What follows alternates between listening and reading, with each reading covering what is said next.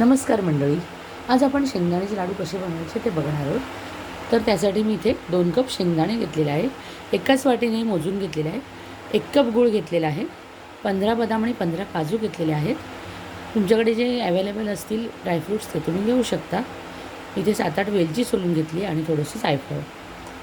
चला तर मी रेसिपीला सुरुवात करूया. आता गॅसवरती मी कढई तापत ठेवलेली आहे. त्याच्यामध्ये आपण हे शेंगदाणे भाजून घेऊया. शेंगदाणे छान खरपूस होईपर्यंत भाजून घ्यायचे आहेत.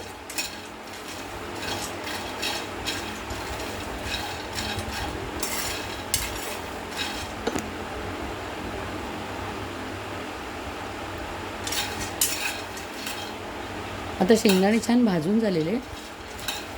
मी इथे 10 मिनटं शेंगदाणे मंद आचेवर छान भाजून घेतलेले आहेत. आता शेंगदाणे एका ताटलीत काढून घेऊया.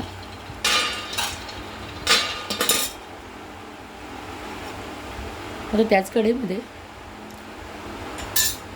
कढईमध्ये आपण बदाम आणि काजू थोडे छान भाजून घेऊया.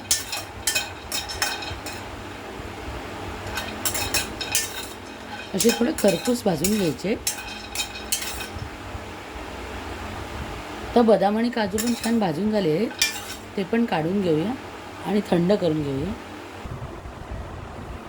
आता आपले शेंगदाणे आणि ड्रायफ्रूट्स छान थंड झालेले आहेत. ते आपण मिक्सरला वाटून घेऊया. आता हे मिक्सरला ओबडधोबड थोडे वाटून घ्यायचे. आता शेंगदाणे थोडे ओबडधोबड वाटून घेतले आणि त्यातच 1 वाटी गुळ हा घालून घ्यायचा आहे आणि पुन्हा मिक्सरला घेऊ. इथे गुळाचं प्रमाण तुम्ही कमी जास्त करू शकता. जास्त गोड हवे असेल तर गुळाचं प्रमाण वाढवू शकतो. आता त्यातच मी 7-8 वेलचीचे दाणे घालून घेणार आहे. इथे मी 1 चमचा साजूक तूप फक्त याच्यात घालणार आहे. त्यामुळे बाइंडिंग खूप छान होते. आणि पुन्हा आहे आता याच्यात मी थोडंसं जायफळ किसून घेणार आहे. जायफळामुळे खूप छान स्वाद येतो.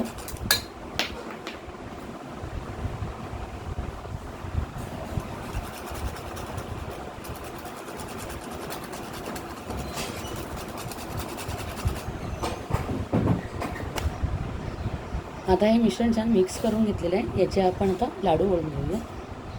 अगदी पटकन वळले जातात.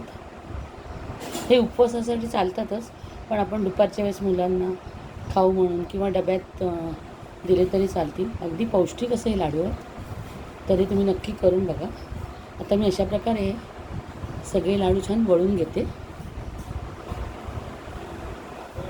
हे लाडू असे छोटे छोटे वळायचे, अगदी मोठे नाही वळायचे. तर तुम्ही नक्की एकदा करून बघा आणि तुमच्या कमेंट्स मला कळवा.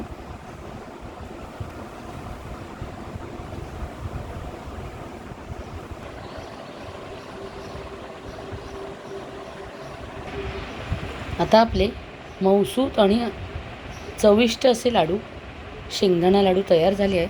तर तुम्ही नक्की करून बघा आणि तुमच्या कमेंट्स मला कळवा. व्हिडिओला लाईक आणि शेअर नक्की करा. धन्यवाद.